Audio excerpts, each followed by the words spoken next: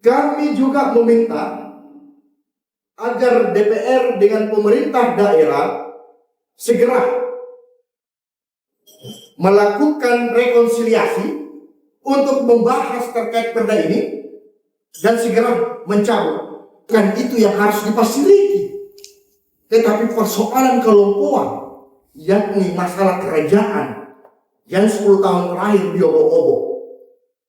Kami hari ini mendesak pemerintah dan DPR harus sejalan untuk menarik perda tersebut dengan membuat resolusi baru, perda baru yang membuat kita ini semua tidak dilematis lagi menyebut persoalan adat.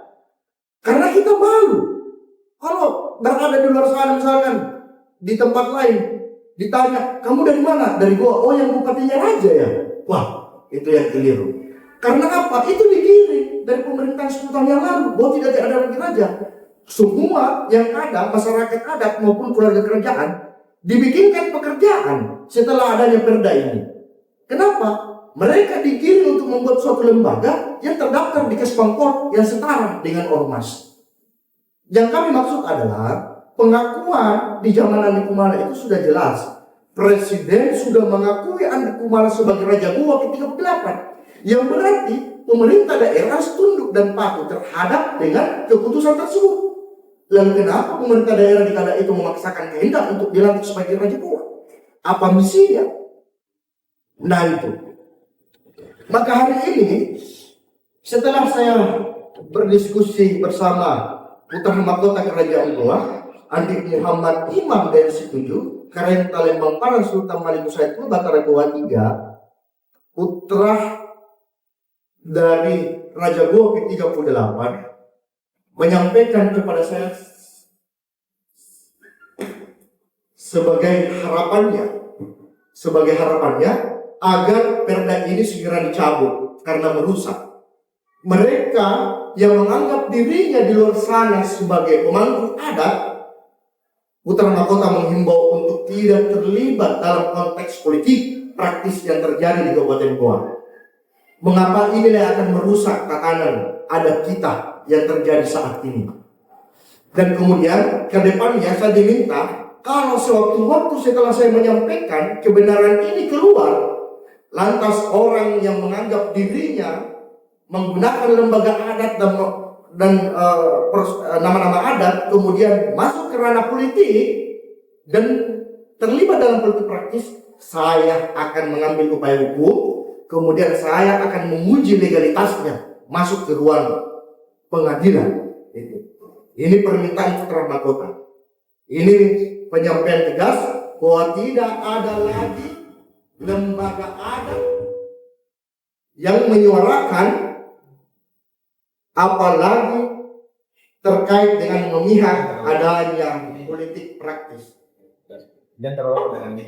Nah, kemudian setelah itu kami juga meminta agar DPR dengan pemerintah daerah segera melakukan rekonsiliasi untuk membahas terkait perda ini dan segera mencabut. Karena kami mengagendakan tanggal 1 Agustus 2026 gelar pasukan Kerajaan Goa mengagendakan untuk melakukan aksi unjuk rasa di tanggal 5 dan tanggal 6 Agustus 2026 untuk mengepung DPRD dan Pemda Goa dalam mendesak 1. Cabut LAD, kembalikan marwah Kerajaan Goa, kemudian kita lakukan penobatan Putra Mahkota sebagai Raja Goa ke-39. Dan saya siap menguji dokumen yang ada.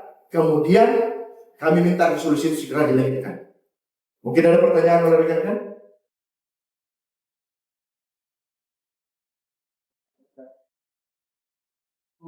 Silakan.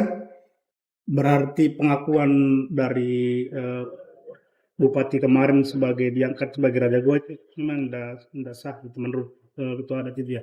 Kalau dari dokumen yang kami perlihatkan tadi, ini bukan sekedar pengakuan semata, tetapi ini berdasarkan formil tata negara. Ini sudah jelas keabsahannya. Jadi apapun yang terjadi di tahun 2000 2016 dibuatnya ini Perda LAD itu sudah melanggar regulasi. Yang kami analisa di situ bahwa terdapat politik sehingga menyandra kepentingan kerajaan. Jadi kalau dalam analisis kami itu sangat melanggar dan menabrak Permendagri. Dan ini yang kami sesalkan di kala itu dan melukai hati masyarakat adat Kabupaten Goa. Satu lagi, Bang. Ini kan sudah lama. Kenapa tidak digugatnya pada saat penabatannya si Pak Nan ini? Kenapa baru sekarang berbicara di media dengan lantang bahwa penunjukan beliau sebagai Raja Goa itu tidak sah? Oke, mengapa kami hadir pada saat ini dan tidak sebelumnya waktu pemerintahan di zaman Bupati Saudara Adnan? Kami di kala itu melakukan perlawanan karena saya pun masuk kan baru di tahun 2024. Saya mendampingi dari kerjaan maupun dari pihak personal Raja sendiri. Saya menyuarakan soal keadilan untuk dikembalikan marwah kerajaan Goa. Tapi kembali lagi, kami dikunci dan tidak dibukakan akses. Kami mau mengarah pada gugatan. Kami menilai bahwa menabrak perda tersebut tidak akan membuahkan hasil. Karena menggugat pun harus ke semacam PTWN atau diuji di mahkamah. Kenapa hari ini kami melihat ada momen? Karena dibuat di ranah DPR, kemudian masuk dalam kepentingan politik. Kami meminta DPR karena secara konstitusional DPR berhak mendesak pemerintah daerah untuk mencabut regulasi itu tanpa melalui ruang-ruang yang lain. Jadi kami ini cuma main-main. Jadi bukan berarti adanya kisruh di Kabupaten Goa, kami ini ujuk-ujukan atau berpihak atau tidak. Karena putra mahkota sejauh ini pun independen, tidak mau pusing. Yang dia pusingnya sekarang ini adalah perda itu harus dicabut. Karena begini, kalau perda itu terus dilaksanakan, maka jangankan kita sebagai pengakuan orang Makassar saja, sebagai orang yang misalkan ada sendiri dapat stigma itu sudah tidak bisa dilaksanakan karena adat kita sudah tidak jelas. Itu. Nah, inilah momentumnya. Kami bilang, kalau hak angket itu mudah dilaksanakan karena adanya desakan masyarakat, loh, kalau terkait dengan perda ini tidak bisa dilaksanakan terkait adanya penyalahgunaan wewenang oleh bupati sebelumnya, ini kan ada abuse of power juga, kan begitu tuh. Nah, inilah kami minta karena sebelumnya kami melihat dari kacamata begini, konstruksi hukumnya. Oh, formulir hak angket itu mudah di Kabupaten Goa, di DPR. Berarti kalau kami menyuarakan ini masuk untuk melakukan misalkan pencabutan, berarti ini simpel, bisa dilaksanakan. Kalau misalkan DPR menyadari dirinya bahwa ini perda, terdapat kekeliruan. Jadi yang saya paparkan ini adalah formil administrasi, tidak ada lagi artinya keraguan kita mau mencabut karena mulai dari susunan itu dengan pengakuan negara sudah jelas. Ngapain kita lagi mau menindaklanjuti, malah merugikan dan pernah dituntut oleh masyarakat ada terjadi pembakaran gedung DPR itu. Dan kami minta ke depan ini tidak akan terjadi begitu lagi. Itu. Kenapa? Desakan kami ini adalah desakan untuk kepentingan adat, bukan kepentingan politik. Itu. Ini ada pertanyaan lain? Mungkin Pak, ini kan tadi saya menyimak bahwa bisa digaris bawah ya bahwa dengan adanya angket ini kemudian mendorong ya. Awalnya dari situ ya. Embryonya dari hak angket itu kemudian mengajukan desakan kepada DPR untuk mencabut di Perda itu. Nah, di Perda itu apakah yang salah itu seperti di poin berapa Pak? Kemudian yang kedua, apakah tawaran revisi di Perda itu dimungkinkan atau dicabut sama sekali? Oke. Jadi di Perda ini satu kesatuan. Kalau dia bentuknya revisi, maka terjadinya akan cacat. Karena regulasi yang sebelumnya dibuatnya itu sudah cacat. Tidak sesuai prosedur. Jadi cabut dulu baru kita atur sesuai prosedurnya. Karena kalau cuma direvisi, karena barang yang dilahirkan dari cacat itu sudah tidak bisa lagi digunakan. Itu.